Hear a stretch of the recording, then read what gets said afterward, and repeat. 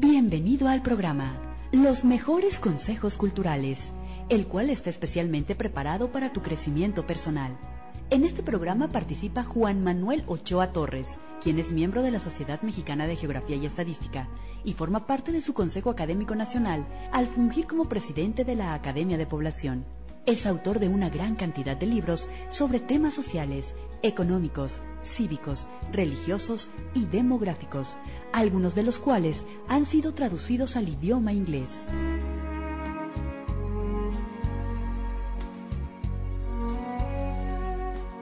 Hola, ¿qué tal? Bienvenidos de nueva cuenta a este espacio de los mejores consejos culturales, por supuesto comandados por el contador Juan Manuel Ochoa, quien ya se encuentra con nosotros. ¿Cómo está, contador? Un gusto, como siempre, estar aquí en este programa. Te agradezco, Lilian, que nos acompañes aquí, y agradezco a todas las damitas y caballeros que nos permitan estar junto a ellos por unos minutos. Claro que sí. Y bueno, pues, contador, el día de hoy tenemos un programa más donde vamos a aprender muchas cosas de vida. Así que díganos cuál sería la palabra clave del día de hoy.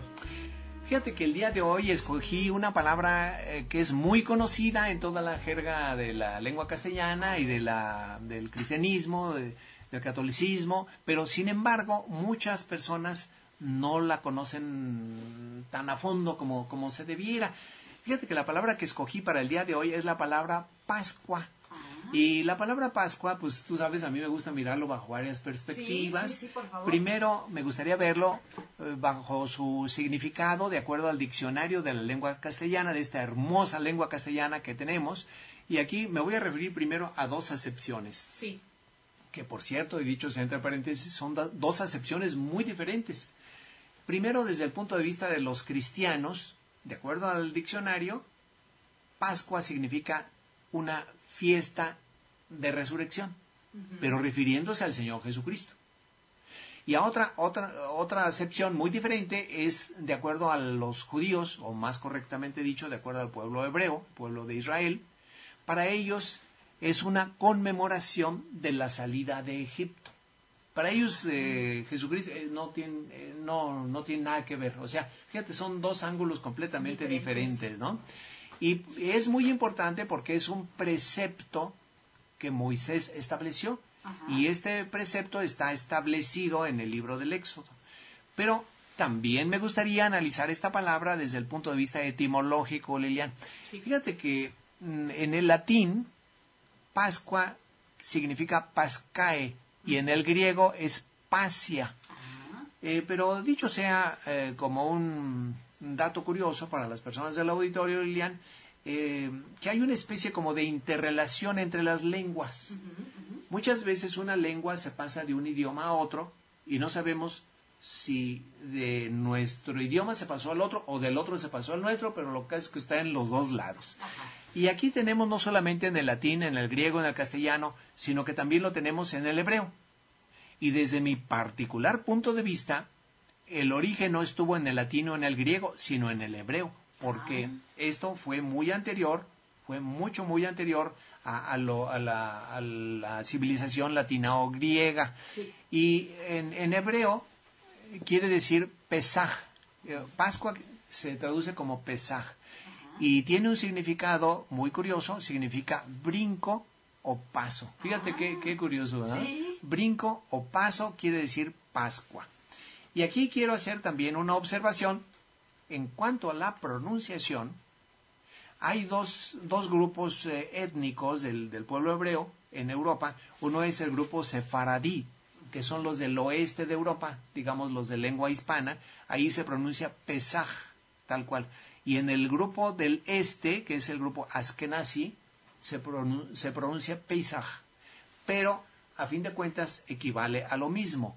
Pero escogí esta palabra, Lilian y amigos, porque tiene una simbología muy, muy especial con el cristianismo, y a lo largo de este programa me gustaría exponérselo.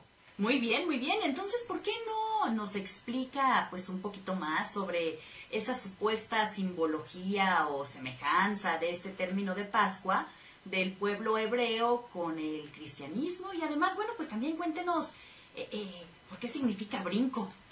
Pues mira, muy interesantes preguntas, Lilian. Hay una gran simbología o semejanza les decía con el pueblo hebreo, con nosotros, y les decía que significa brinco o ¿cómo te diré? O pasar de lado, ¿no? Ajá. Porque fíjate que de acuerdo a lo que está en el libro del Éxodo, cuando Dios le ordenó a Moisés que le dijera al faraón que dejara salir al pueblo hebreo, y el faraón no los quería dejar salir, entonces le fue mandando consecutivamente 10 plagas. Y la última plaga estuvo gravísima. ¿Por qué? La última plaga implicó que el primogénito de toda familia, incluso hasta del ganado, iba a ser sacrificado. Iba a pasar un ángel, iba a sacrificar al primogénito de toda familia de todo Egipto. Imagínate nada más. Pero entonces el Señor dijo que se pusiese una marca de sangre, una marca de sangre del cordero en la puerta de todas las familias judías, para que ahí el ángel no sacrificase al primogénito. Y por eso, justamente Pascua significa brinco, porque entonces el ángel se brincaba esas casas y no había ese sacrificio. Sí. Por eso, dentro del pueblo hebreo, Lilian, la Pascua significa o equivale o implica el sacrificio de un cordero, pero también quiere decir una especie de liberación. Y se hace necesario ese brinco citado. Ahora bien, también quiere decir o conlleva una especie de transición de la esclavitud a la libertad. Dentro de los hebreos significa una transición de la esclavitud que padecían en Egipto a la libertad que tuvieron posteriormente. Ahora, tú me podrías decir con toda razón, bueno, y ya dentro del cristianismo, ¿en qué consiste esa transición de la esclavitud a la vida? Pues justamente por una serie de cosas que me gustaría exponerlos a lo largo de este programa, Lilian, pero créeme que se da más esa transición de la esclavitud a la vida, evitando la muerte, en el cristianismo que incluso en el propio pueblo hebreo. Muy bien, contador, pero muy interesante todo esto, pero platíquenos un poquito dónde está citado esto en la Biblia. Fíjate que está citado precisamente en los evangelios principalmente, y me gustaría comentarte de 3 enfoques fundamentales. Mira, el primer enfoque está en palabras, o sea, está citado textualmente. Dice, por ejemplo, Juan el Bautista dice: «He aquí el Cordero de Dios que quita el pecado del mundo». ¿Y a quién se está refiriendo? Se está refiriendo al Señor Jesucristo. O sea, la primer semejanza, Lilian, está en cuanto a las palabras. Hay muchas partes donde se está haciendo esta equivalencia del Señor Jesucristo como una especie de cordero, refiriéndonos a lo que hoy platicamos de la palabra Pascua, ¿no? Ahora, otro enfoque es en cuanto a los tiempos, porque este sacrificio de liberación del Señor por nosotros no se hizo en cualquier época, sino se hizo precisamente en la Pascua, y más específicamente un día antes de la Pascua, que fue precisamente en el día de la preparación. Porque también, dicho sea para el acervo cultural de las personas del auditorio Lilian y queridos amigos, la muerte del Señor Jesucristo no se llevó a cabo el día de la Pascua, porque el día de la Pascua ellos tienen prohibido hacer labor de siervos, como está citado en la Biblia. Sí. Entonces, el sacrificio del Cordero se lleva a cabo en el día previo, que es el día de la preparación. Y cuando el Señor fue sacrificado en la cruz, fue en el día de la preparación. Pero bueno, aquí tenemos un enfoque en cuanto a los tiempos, haciendo esta comparación. Ahora, en cuanto a la profecía, que este es otro enfoque diferente, Lilian, fíjate que los más grandes profetas que están citados en el Antiguo Testamento, como es el caso de Isaías, están citando y haciendo esta comparación del Cordero o de la Pascua. Mira, esto voy a citar, por ejemplo, en Isaías 53, que es un capítulo precioso que recomiendo a todas las damitas y caballeros que nos escuchan que lo lean. Fíjese bien, allí dice en una de sus partes, dice: «Enmudeció, no abrió su boca, y como cordero fue llevado al matadero. O sea, aquí está haciendo esta referencia precisa y exacta de la Pascua de los judíos a lo que sucedería siglos después, justamente con el Señor Jesucristo. Aquí tenemos, tú me preguntabas, Lilian, sí, a través de en dónde está citado. Aquí tenemos estos tres partes o estos tres enfoques. Primero, en cuanto a las palabras precisas, luego en cuanto a los tiempos y luego en cuanto a la profecía, Lilian. Pues sí, contador, pero la inmensa mayoría, pues, del auditorio sabrá sobre la fecha y significado de la Pascua judía, pero por si alguien no lo sabe, ¿nos podría platicar un poco más sobre esta situación, por favor? Con muchísimo gusto. Mira, esto está citado en un libro que obviamente recomiendo, que es el segundo libro de toda la Biblia y es el segundo libro de Moisés, que se llama Éxodo, implica la salida de Egipto. Pero aquí quisiera hacer una mención muy importante. La fecha de la Pascua dentro del pueblo hebreo es una fecha movible. ¿Cómo movible? Sí, porque tú sabes que aquí, de acuerdo en el calendario que tenemos nosotros, pues es lo que nosotros denominamos el Viernes Santo. Sí. Pero ¿qué crees? Que la Pascua no siempre cae así. Es una fecha completamente movible, no siempre cae en viernes. Okay. ¿Por qué? Porque la Pascua se conmemora a los 14 días después de la primera luna posterior al equinoccio de primavera. Entonces, en ocasiones, podría caer, como te decía, en un lunes, en un martes, en un miércoles, en un jueves. Y a propósito, y esto es muy importante que usted lo sepa, damita y caballero que nos está escuchando, el día de la muerte del Señor Jesucristo, el día de la crucifixión, no fue un viernes, sino fue un jueves, que cayó precisamente el día de la preparación en un jueves. Y esto lo he podido cotejar con algunos eruditos del pueblo hebreo. Incluso, Lilian, está citado en un programa que grabamos contigo, sí, que se llama Exacto. Recomiendo, en nuestra página está ahí ese programa, se llama Exacto. Si quiere usted saber más sobre el día, ahora sí que valga la redundancia, el día exacto en que el Señor fue sacrificado en la cruz, allí está en este programa. Pero como volviendo al significado del pueblo de Israel, pues aquí está conmemorando la 10ª plaga, que fue el sacrificio del primogénito, y justamente se ponía una marca para que este sacrificio no se llevara a cabo dentro del pueblo hebreo. Pero aquí nos retrotraemos al cristianismo. Aquí también implica una marca, por así decirlo, que nosotros tenemos que tener, porque esto implica una, ¿cómo te diré? Pues una liberación, o se está cortando ¿cómo te diré? Las cadenas de la esclavitud que teníamos en otro sentido. Es una simbología muy curiosa, volviendo a lo que tú me estabas preguntando. Sí. Y aquí también implica el sacrificio de un cordero.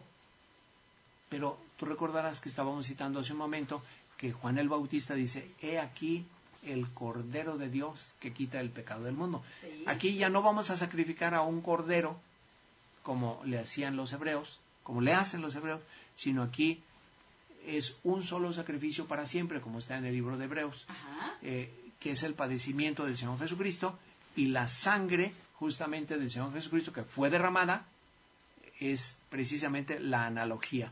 O sea, hay una simbología, hay una transición, como se refería al pueblo hebreo, de la esclavitud de la muerte a la libertad de la vida, Lilian. Y es justamente aquí la comparación.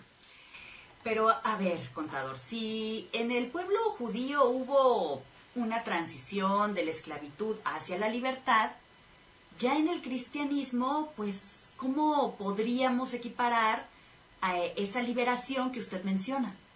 Bueno, pues sí, mira, dentro del pueblo hebreo, esta transición se llevó a cabo de la esclavitud que tenían que mantenían con los egipcios hacia la libertad. En el cristianismo hubo una liberación de otro tipo de esclavitud, de una serie de problemas que tenemos, primero en cuanto a la vida que tenemos aquí en la tierra, que estamos sujetos a infinidad de limitaciones, y el Señor, al decirnos que vivamos de una forma diferente, nos liberamos de eso.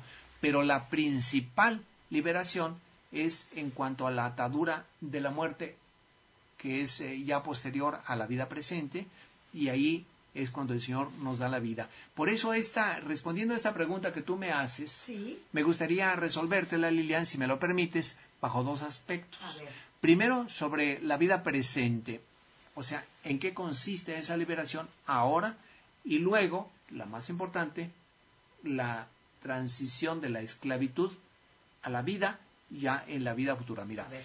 voy a concentrarme primero en lo que es la vida presente. Sí. La razón de ser de los mandamientos no es ponernos a los seres humanos una serie de trabas o de condicionantes para que vivamos de cierta forma, como si fuese una imposición o una necedad o una cosa de Dios, como algunos lo interpretan. No, esto es justamente para beneficio de nosotros. Si el Señor nos dice que vivamos de cierta forma, es porque así es lo mejor para nosotros. Te lo voy a citar solamente en dos casos. Mira, por ejemplo, quien vive en la esclavitud, por llamarle de alguna forma, la esclavitud del odio, es una persona que no solamente se está dañando a sí mismo, sino que está dañando a los demás. Una persona que odia se autodestruye. Y aquí te quiero mencionar que nosotros, al haber sido hechos, Lilian, a imagen y semejanza de Dios, estamos hechos para vivir en el amor. Sí. El amor, la persona que vive en el amor vive en armonía con los demás y consigo mismo. Ojo, es una persona que vive en armonía consigo mismo. Y la persona que sigue las enseñanzas del Señor se está automáticamente liberando de una serie de cosas, y nunca vaya usted a interpretarlo, amita caballero que nos esté escuchando, como una especie de imposición de que tenemos que vivir. Es que es lo que nos conviene a nosotros, por eso el Señor nos lo está recomendando. Ahora, te lo voy a ver ahora bajo otro punto de vista y refiriendo dentro de esta carpeta, por así decirlo, por llamarle de alguna forma, de la vida presente. Ajá. La persona que vive en angustia es una persona que no tiene paz. Y si no tiene paz es también por esto mismo, porque no está viviendo el verdadero cristianismo que el Señor nos ha enseñado. Y aquí una de las cosas, por ejemplo, y refiriéndome a una trampa en que caemos los seres humanos o que incurrimos los seres humanos, el problema de las drogas. Tú sabes, Lilian, que el problema de las drogas es una especie como de trampa o de engaño que se le pone al cerebro. Sí. Cuando una persona vive en angustia, ahí automáticamente se disparó una especie como de alarma en el cerebro de esa persona. La angustia es, y se lo digo, la angustia es una señal de alarma del cerebro que le está diciendo algo lo estás haciendo de forma incorrecta. Irse por el camino equivocado es irse por el camino de las drogas o por otros caminos. Irse por el camino correcto es arreglar qué es lo que está provocando esa angustia. Y aquí es lo que quisiera primero recomendarle a las personas, que si vivimos, una persona que vive el cristianismo, es una persona que no necesita, tú le das a un cristiano una droga y eso, ¿para qué me va a servir? Pues si yo tengo paz, tengo todo, ¿no? Claro. Y aquí también quisiera hacer una recomendación a las personas que nos están escuchando, Lilian, que si quiere conocer un poco más de esta cuestión de las drogas, también tenemos un programa grabado que está en nuestra página que se llama Droga o Drogas. A ver, lo interrumpo, contador, perdón. Sí. Pero para que nos quede un poquito más claro, ¿por qué no nos explica con algunos ejemplos concretos sobre estas semejanzas o analogías que usted comenta? Tienes razón, Lilian. Mira, decíamos hace un momento que el amor en que nosotros debemos vivir los seres humanos, es una especie de liberación de una serie de cadenas absurdas que nosotros mismos nos autoimponemos cuando caemos en trampas. Decíamos hace un momento, y perdón que sea reiterativo, pero es demasiado importante para ignorarlo, Dios es amor. Sí. Y al haber sido el hombre hecho a imagen y semejanza de Dios, nosotros estamos hechos para amar, para vivir en armonía. Fíjate que ha habido a lo largo de la historia muchos filósofos que han pretendido o han dicho, bueno, sí, efectivamente el camino del amor es el camino de la armonía y esto y lo otro, pero han pretendido vivirlo por caminos profanos y han tenido lamentablemente poco fruto. O sea, sí lo han expuesto, pero hay que seguir el camino adecuado. Ahora, te he mencionado, Lilian, todo esto como conlleva una especie como de liberación de una serie de cosas que nos atan y que nos esclavizan y nos limitan como seres humanos. Esto desde el contexto de nuestra vida presente.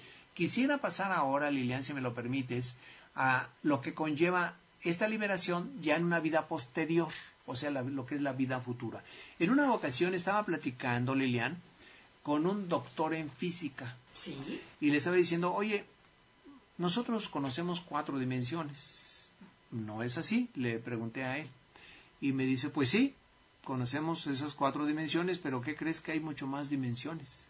¿Cómo que hay mucho más dimensiones? Sí, en física, en teoría, tenemos probadas cuando menos 16 dimensiones. Wow. ¿Qué quiere decir esto, Lilian? Que hay muchas personas que tontamente, perdón que use este término, que dicen, bueno, yo creo lo que veo. Ajá, sí. Pero esa persona se está empobreciendo espiritualmente o intelectualmente en una forma tremenda. Porque si nosotros creemos lo que vemos, pues vemos muy poquitas cosas. Por decirte algo, la visión humana no alcanza a percibir la luz ultravioleta y no alcanza a percibir la luz infrarroja. Vemos solamente una pequeña franja en medio. En el caso de la física, te decía, nosotros conocemos o creemos que conocemos 4 dimensiones. Pero este doctor en física me decía, hay cuando menos 16 dimensiones. Y si alguien dice, yo creo lo que veo, pues qué lástima. Claro. Qué lástima de persona, porque no es así la situación. Y precisamente allí está fundamentalmente la principalísima liberación de la esclavitud de la muerte, con lo que el Señor nos está concediendo a través de este fenómeno que hoy estamos platicando, de la Pascua, donde el Cordero que se sacrifica es el Señor, y Él se sacrificó deliberadamente por cada uno de nosotros, Lilian. Vamos a asumir, contador, que es muy cierto lo que nos está comentando y que efectivamente lo que menciona equivale a una liberación de una especie de esclavitud en el ser humano. Pero cuéntenos, ¿por qué tipo de razón podría no llevarse a cabo pues esta liberación? Es una pregunta fundamental esta que me estás haciendo, Lilian. Mira, y es básicamente podría ser la base misma del programa que hoy estamos platicando. Mira, una de las cosas por las cuales no podría funcionar esta Pascua o este sacrificio del Cordero, al menos en el contexto de nuestra propia vida, es por algo que va a parecer muy sencillo, por hacer las cosas diferentes. Vamos a suponer, y aquí vuelvo a los ejemplos que siempre me gusta citar, que estamos en una obra en construcción y que el arquitecto dice, miren muchachos, vamos a poner una columna en esa esquina, otra columna allá en la otra esquina, y las columnas que vayan en los pisos superiores hay que encadenarlas exactamente con la columna de abajo y aparte hay que poner unas traves que deben de tener un fierro armado, y aparte tenemos que hacer el concreto con estas combinaciones. Bueno, nos hace una serie de recomendaciones. Si alguien quisiese, Lilian, que esta obra se viniese abajo, ¿sabes cómo le podría hacer? A ver. Hacer que se hagan las cosas diferentes. Que dice, bueno, sí, mira, el arquitecto dijo que ese castillo se pusiese allí, pero nada, mejor vamos poniéndolo acá. Y el de arriba, pues lo ponemos allá, porque no sé qué. Y aparte, pues si ponemos el concreto con la concentración que dice el arquitecto, vamos a gastar más. Entonces, y aparte, pues nos podemos ahorrar y no le ponemos acero adentro de las traves. Y aparte, miren, le podemos hacer esto así, le podemos hacer esto así. ¿Sabes una cosa? Esa obra se va a caer. A lo mejor ni siquiera la han terminado y ya se cayó. Aquí también tenemos que tomar muy en cuenta, Lilian, la intervención del enemigo de Dios y enemigo del ser humano. ¿A qué me refiero? Mira, el enemigo de Dios y enemigo del ser humano, que concretamente le vamos a llamar Satanás, él no quiere que las cosas se hagan bien. Cuando vino el Señor Jesucristo aquí a la tierra, no creas tú, Lilian, y no crea usted, estimado Radio Escucha, que el diablo va a agarrar sus maletas, va a decir, ¿sabes qué? Pues ya vino el Señor a tomar posesión de lo suyo, pues yo me voy. Ya me voy a refundir por allá en el infierno. No va a ser así. Él va a defender o a pretender defender lo que él considera suyo. ¿Cómo le va a hacer?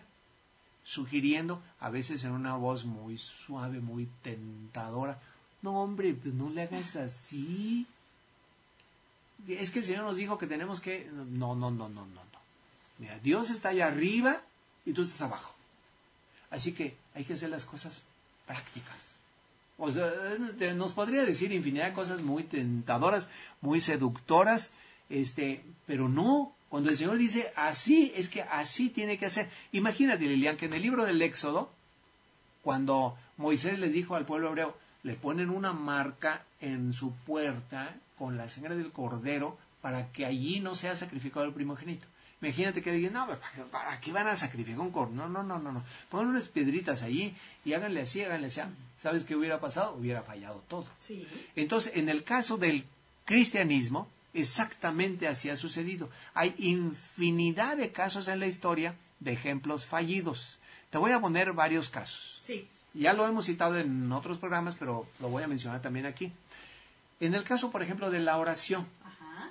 el Señor nos dice, mira, incluso no solamente nos lo platicó, sino nos lo enseñó con su propio ejemplo. Por ejemplo, en la oración de Getsemaní, el Señor no se puso a leer allí lo que decía los libros de Moisés, los libros de Génesis o los proverbios. No. Él empezó a hablar con sus propias palabras. Y tú me podrías decir, oye, pero ¿cómo podemos saber eso? Lo podemos saber porque ahí estaban los apóstoles y ellos nos lo refirieron a nosotros. Y no solo nos lo refirieron, Lilian, nos dicen lo que dijo.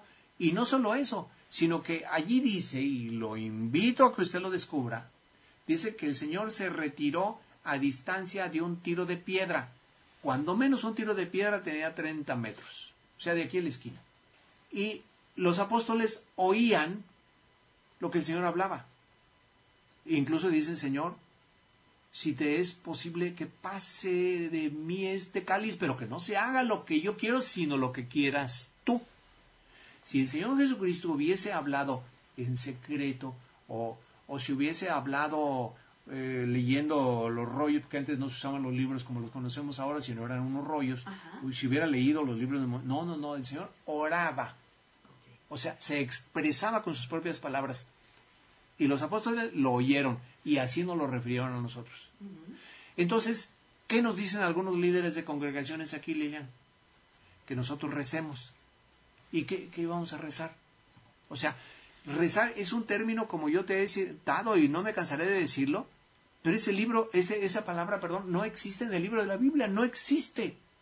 Y si existe, es como una recomendación para no hacerlo.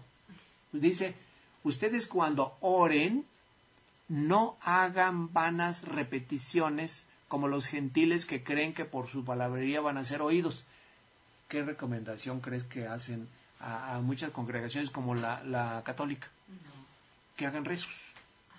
Y en la Biblia dice que no se hagan rezos. Entonces, tú me decías, oye, ¿por qué estará México? Cuando me decías hace un ratito fuera del aire, ¿por qué estará pasando tantas cosas aquí en nuestro país? Porque estamos haciendo las cosas diferentes. Sí.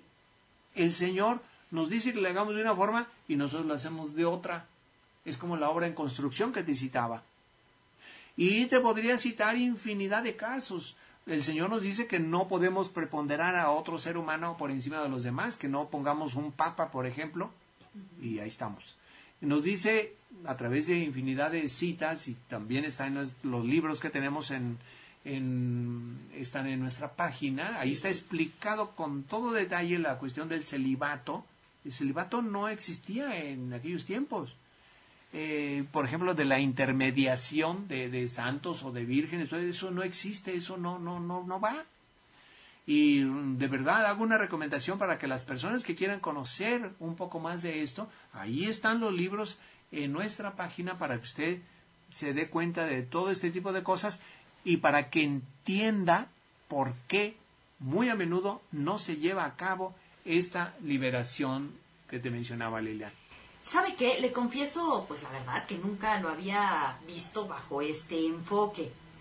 Pero díganos entonces ahora, ¿qué recomendación nos podría hacer a todos nosotros y a todo el auditorio sobre este tema? Mira, si la receta al fracaso, y eso lo estamos viendo desgraciadamente de una forma palpable en nuestro país y en el mundo, si la receta al fracaso es simple y sencillamente la desobediencia a lo que el Señor indica, ¿qué crees? La receta al éxito está precisamente en lo contrario, en el apego a la palabra. Haz de cuenta, y volvemos al ejemplo de la obra en construcción. Si el arquitecto dice, háganle así, pues ¿quién va a saber más que el arquitecto del universo, que es Dios? ¿Quién va a saber más? Hay que hacer lo que dice el Señor, lo que dice Dios. Tú te podrías equivocar, yo me podría equivocar, el hombre más sabio, es más, la suma de todos los seres humanos de la tierra, todos juntos, nos podríamos equivocar. Pero hay un Señor arriba que no se equivoca, y el Señor nos está indicando qué es lo que debemos hacer, cómo debemos de tratarnos unos a otros como hermanos, amarnos, ayudarnos, etcétera. Esa es la receta para el éxito, respondiendo a tu pregunta, Lilia, a lo que tú me dices, ¿qué debemos hacer? Eso, apegarnos a la palabra. No sé si el tiempo nos alcanza para hacer una brevísima oración, sí, Lilia. Por supuesto que sí. Señor maravilloso del cielo, gracias porque tú te transformaste, mi Señor, en un cordero en sentido simbólico, para que nosotros pasásemos, mi Señor, de la esclavitud de las limitaciones en nuestro mundo y de la esclavitud de la muerte a la vida verdadera. Pero eso implica, mi Señor Jesucristo Santo, que nosotros nos apeguemos a tu palabra preciosa. Concédenos, mi Señor, a los que aquí nos encontramos en esta cabina y a todas las damitas y caballeros que nos escuchan, a que nos apeguemos, mi Señor, a tu palabra santa, para que esa Pascua simbólica, esa Pascua hermosa que tú viviste aquí, valga la pena, no solamente nosotros, sino en la mayor parte de nuestro mundo. Te lo pedimos en el nombre santo y precioso de Jesucristo. Amén. Contador, pues mucho que reflexionar, mucho que recapacitar. Le agradecemos como siempre estas palabras, sobre todo los ejemplos que siempre, de verdad, nos queda muy claro lo que usted nos comenta. Muchísimas gracias. No, pues yo no hago más que poner y exponer lo que el Señor pone en mi corazón para que yo lo diga. En una parte de la palabra dice, en balde lo recibieron, denlo en balde. Así que pues yo con esa misma humildad y sencillez con que el Señor nos indica, yo lo expongo y no haga usted lo que yo diga, sino lo que dice el Señor. Yo simplemente hago una remembranza y te recuerdo a ti, Liliana, me recuerdo a mí mismo y recuerdo para todos que la palabra del Señor es la verdadera liberación de todo. Muy bien, contador, pues muchísimas gracias y hasta la próxima. Hasta la próxima, Lilian. Un abrazo. Bueno, pues le quiero pedir de favor que tenga a la mano lápiz, pluma, papel, agenda, radiograbadora, algo donde usted pueda anotar las páginas de los mejores consejos culturales, donde usted podrá escuchar este mensaje y otros mensajes más, así como la lectura de los libros del contador Juan Manuel Ochoa Torres. ¿Ya está listo? ¿Ya está lista? Bueno, aquí despacito se lo digo. www.juanmanuelochoat.blogspot.mx.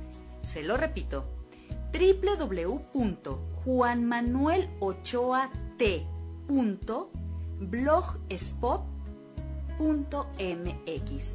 Esa es una de nuestras páginas. Y otra página que usted también puede, pues ver, enseñar, practicar, difundir. Esta es www.vida-verdadera.blogspot.mx. Recuerde, anote, www.vida-verdadera.blogspot.mx. Estas son las páginas del programa Los Mejores Consejos Culturales con el contador Juan Manuel Ochoa. ¿Qué puede ver en estas páginas? Bueno, un sinfín de cosas, escucharlos, este mensaje que está muy interesante, muchos mensajes más, ver los libros de los mejores consejos culturales del contador Juan Manuel Ochoa, La religión secuestrada, La trampa perfecta, bueno, muchísimos libros que usted puede ahí leer en la comodidad de su hogar y también poderlos compartir y difundir estas páginas del contador Juan Manuel Ochoa Torres. Repito rápidamente las páginas: www.juanmanuelochoat.blogspot.mx. Y la siguiente página es www.vida-verdadera.blogspot.mx. Recuerde, anote, www.vida-medio-verdadera.blogspot.mx. Aquí se las dejo, por favor difúndalas, pero sobre todo usted conozca estas páginas y bueno, pues sea una persona más feliz y sobre todo, bueno, pues siga la palabra del Señor. Jesucristo dijo: ustedes son la sal de la tierra. Por ello, créanos que todos podemos y debemos convertirnos en ese factor de cambio, donde quiera que estemos. Te esperamos nuevamente en nuestro siguiente programa, el mismo día y a la misma hora, para que todos juntos vayamos propiciando ese esperado cambio, tanto en el terreno personal como en el social.